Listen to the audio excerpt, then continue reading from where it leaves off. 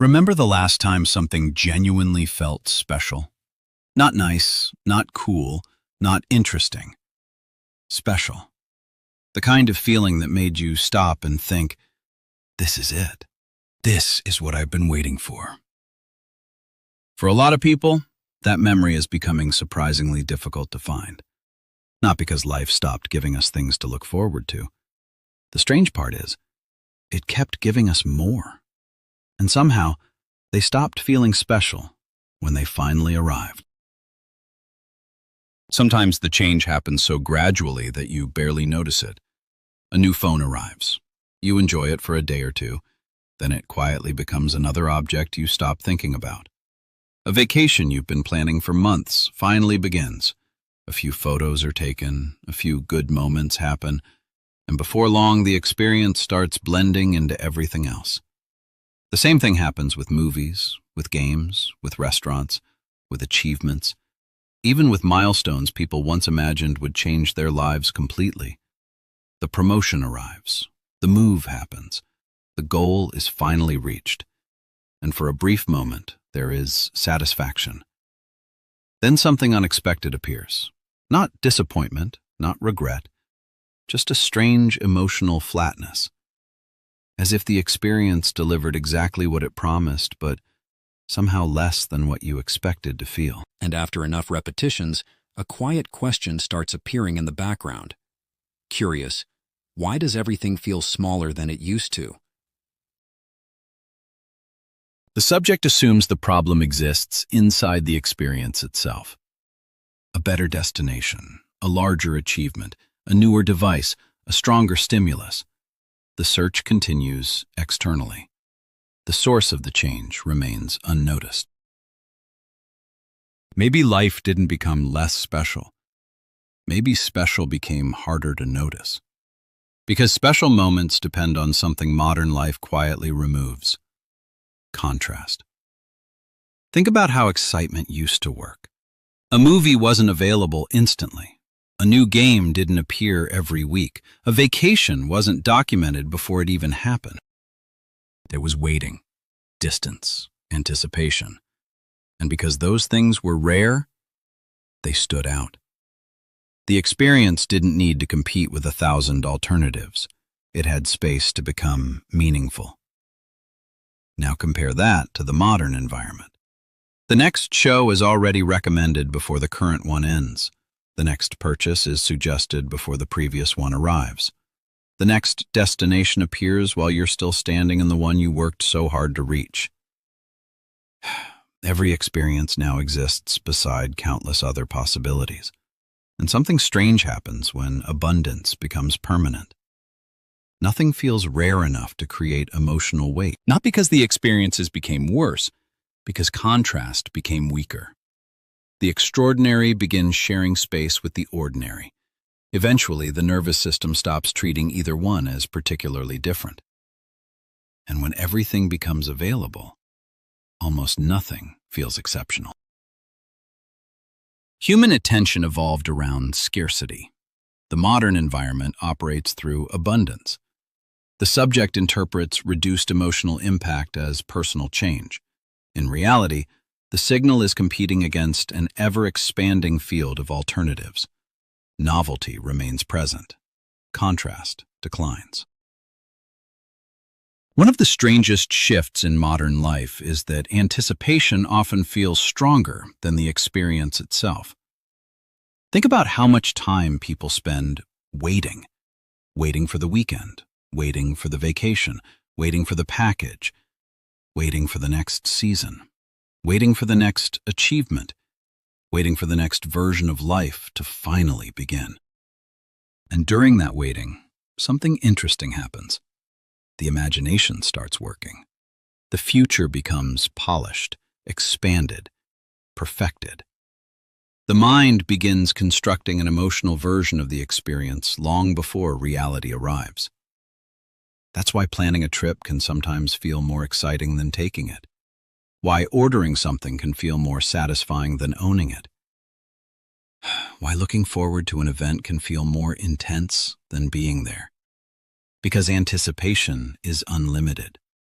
Reality isn't. Reality always arrives with details, imperfections, distractions, ordinary moments. The imagination edits those things out. Reality cannot. And the more time people spend inside imagined experiences, the harder it becomes for actual experiences to compete. Not because reality failed, because expectation quietly expanded beyond what reality was ever designed to deliver. Anticipation generates engagement without requiring completion. The subject remains emotionally invested while the desired outcome remains unavailable. Expectation expands freely. Reality arrives constrained. The comparison becomes increasingly difficult to win. There was a time when experiences simply happened. You went somewhere, you enjoyed it, you came home, and the experience remained what it was. Now, something different often happens. The moment begins sharing space with an invisible observer, a part of the mind quietly evaluating everything as it unfolds. Is this worth photographing? Is this worth posting? Will this be memorable?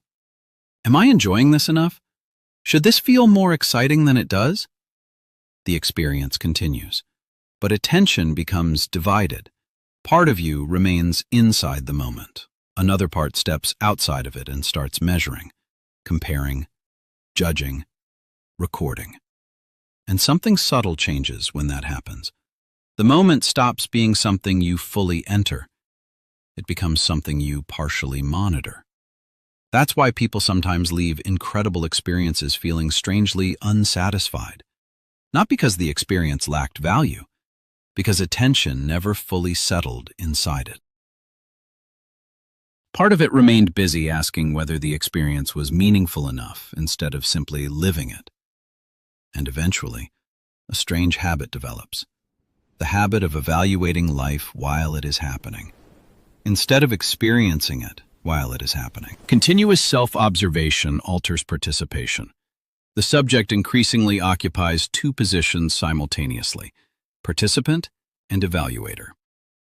Attention becomes divided between experience and assessment. The moment remains present. Full immersion declines. Maybe nothing feels special anymore because nothing stays special for very long. Human beings are remarkably adaptable. That's one of our greatest strengths, and one of our strangest vulnerabilities. Because the mind was never designed to preserve excitement permanently. It normalizes, it adjusts, it recalibrates. The new phone becomes your phone. The new house becomes your house. The dream job becomes work. The relationship becomes routine. The achievement becomes history. And eventually, experiences that once felt extraordinary begin occupying the same emotional space as everything else. Not because they lost value, because they became familiar. The strange thing is that people often interpret this as failure. They assume something went wrong. Maybe the purchase wasn't worth it. Maybe the goal wasn't big enough. Maybe the experience wasn't as meaningful as they expected. So they begin searching for a stronger version, a bigger achievement, A more exciting destination. a newer experience, a larger emotional hit. But the cycle repeats. Because the problem was never the size of the experience. The problem was expecting any experience to remain emotionally new forever. Nothing can survive that expectation. Not because life is broken, because adaptation is working exactly as intended. Adaptation protects stability. Without it, every stimulus would retain equal intensity indefinitely. The subject interprets declining excitement as evidence that something is missing. Often the system is functioning normally. Novelty fades, familiarity expands. The emotional baseline recalibrates. Maybe we've been asking the wrong question. Maybe the goal was never to make every experience feel extraordinary. Because if something happens every day, it cannot remain extraordinary. That's what the word means. The real question is different. What makes certain moments stay with us long after they end? Think about the memories people carry for years. Most of them aren't dramatic, they aren't expensive, they aren't optimized. Sometimes they're surprisingly small. A conversation that arrived at exactly the right time, a quiet evening that nobody photographed, a walk that wasn't supposed to matter, a moment that wasn't competing with anything else. What those experiences often share isn't intensity, it's presence. For a brief period of time, attention stopped dividing itself. The mind stopped evaluating, stopped comparing, stopped searching for the next thing, and simply arrived. That's why some ordinary moments become unforgettable. Not because they were objectively special, Because you were fully there when they happened. And that's what modern life quietly makes difficult. Not happiness, not success. Presence. Meaning is not determined exclusively by the scale of an experience. Meaning often emerges from the quality of attention applied to it. The subject frequently searches for significance in larger events. The strongest memories often originate from deeper participation. Maybe life didn't become less meaningful. Maybe you became harder to surprise. Not because you did something wrong, because familiarity changes perception. The first time you see the ocean, it can feel enormous. The 100th time, you barely stop walking. The first time you travel somewhere new, every detail seems interesting. Years later, entire experiences pass by without leaving much of an impression. The first success feels unforgettable. The 10th success feels expected. And expectation changes everything.